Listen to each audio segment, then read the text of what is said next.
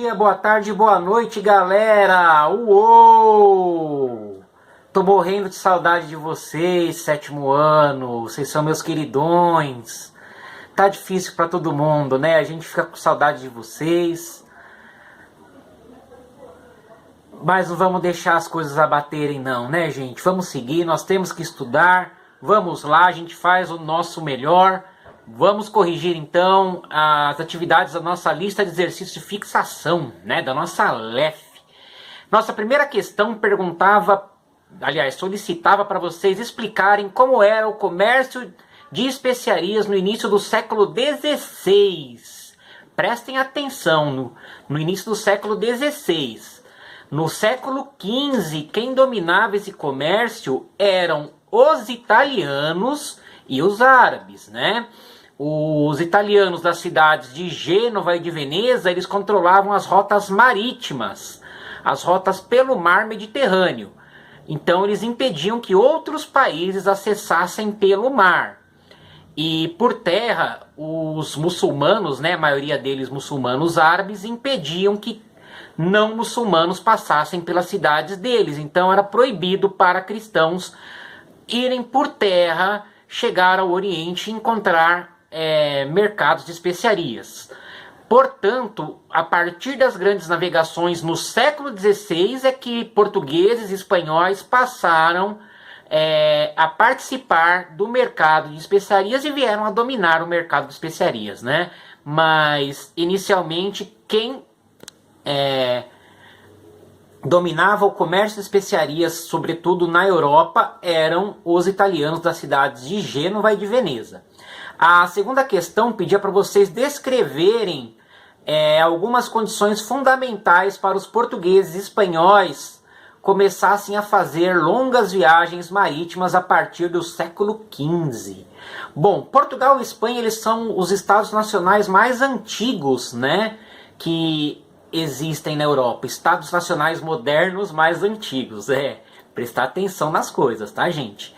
Eles já utilizavam caravelas, eles tinham quadrante, astrolábio e bússola, que eram equipamentos muito avançados para a época, equipamentos de navegação. E eles também precisavam encontrar rotas alternativas, né, já que por terra ou por mar, como nós vimos na outra questão, não dava. Por mar, controle dos italianos; por terra, controle dos islâmicos. E por fim, mas não menos importante, havia o desejo de expandir a religião cristã, o cristianismo, no caso de portugueses e espanhóis, modalidade católica. Bom, a terceira questão pede para ver como os historiadores explicavam o pioneirismo de Portugal e Espanha nos séculos XV e XVI. Os portugueses, eles tiveram esse pioneirismo a partir da conquista da cidade de Ceuta, no norte da África, onde hoje é o Marrocos, né? Em 1419 eles chegaram à Ilha da Madeira. Em 1439 os portugueses chegaram no arquipélago dos Açores, né?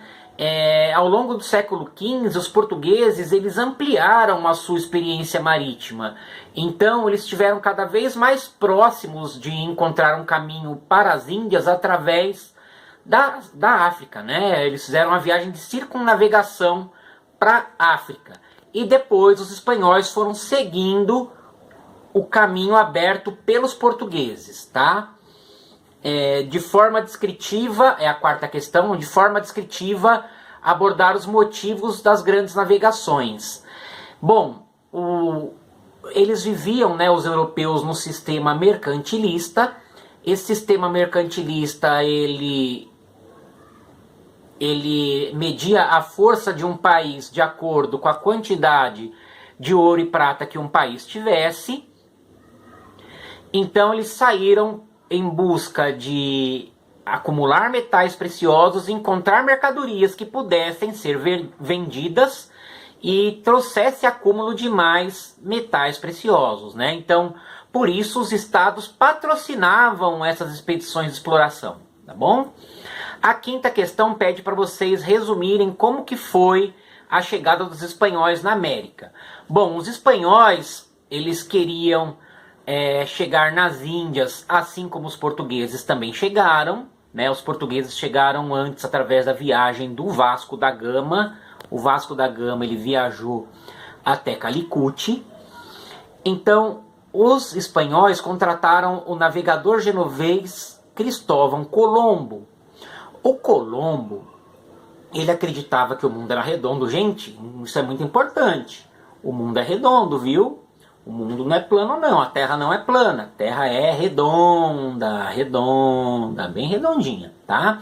Então o Colombo acreditava nisso e ele dizia: se o mundo é redondo, eu vou navegando pelo Ocidente, logo eu vou chegar no Oriente, eu vou chegar nas Índias.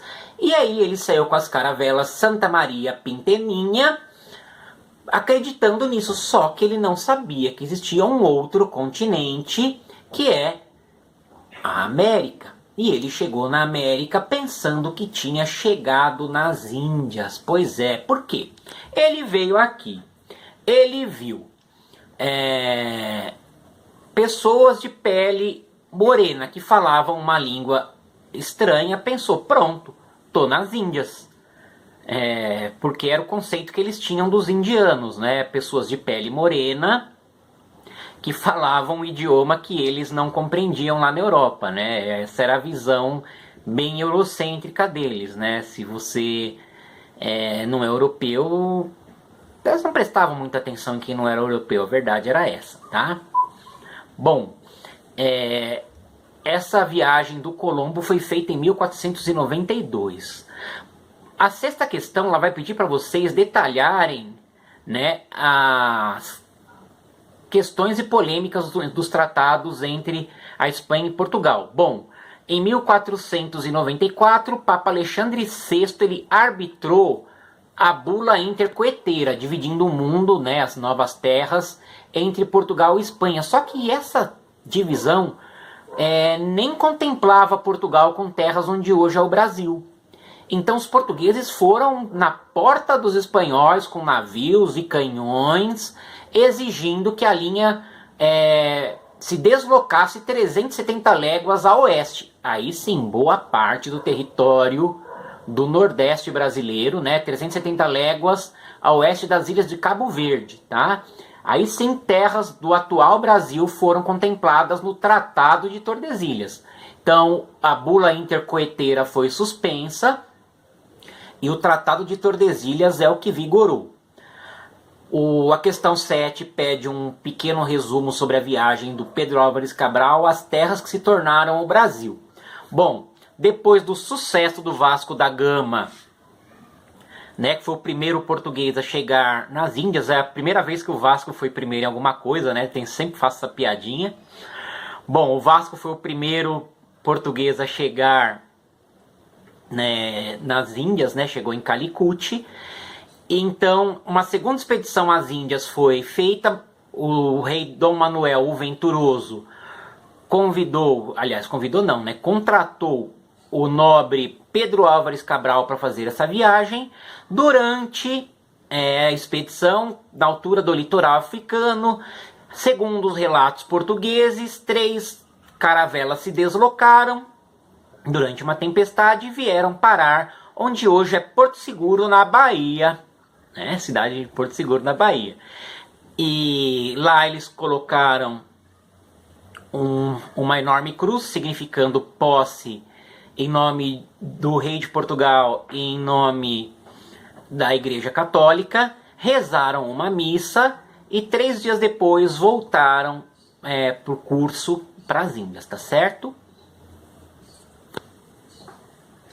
Bom, os principais modelos de organização social africana, uma síntese sobre isso é o que pede a questão 8. Bom, diversas sociedades africanas eram patriarcais, tá? Se organizavam em volta de figuras masculinas, então os homens tinham maior autoridade, mais poder, que é o praxe, né? Um tipo de sociedade que a nossa é derivada, nós derivamos sociedades patriarcais. Mas também existiam muitas sociedades matriarcais na África também, em que as mulheres decidiam os rumos das famílias, e também em sociedades matriarcais que as mulheres exerciam o governo, né? Existiam rainhas africanas que eram chamadas de Candaces e elas governavam, tá certo? Bom, panorama religioso da África. A África tem uma diversidade religiosa grande. A gente pode apontar aqueles tipos de religiões tradicionais que são ligadas à natureza, são ligadas às forças como o sol, a lua, as divindades como os orixás. O panteão Nagô-Yorubá fala de orixás, né? Ogum, Oxalá, Ossain, Oxóssi, e tem correspondência neles nos bantus, só que aí não chama orixá, chama Inquice, tá? E também existe forte na África o cristianismo por causa das missões dos cristãos, e existe muito forte também o islamismo por causa de missionários islâmicos, tudo bem? Por último, escrever alguns dados importantes sobre os astecas. Bom, os astecas, na verdade, eles eram mais do que um povo, tá? Eles eram uma confederação de mais de 70 povos. O povo que dominava os demais era chamado de Mexica, daí México. Entenderam? Os mexicas dominavam mais de 70 povos, era uma confederação. Então, os astecas eram mais do que um povo, tá? Os mexicas, eles eram da região norte. No século XIV, eles fundaram a cidade de Tenochtitlan, sobre o lago Texcoco. Eles aterraram o lago, fizeram lá as tinampas, que eram plataformas onde eles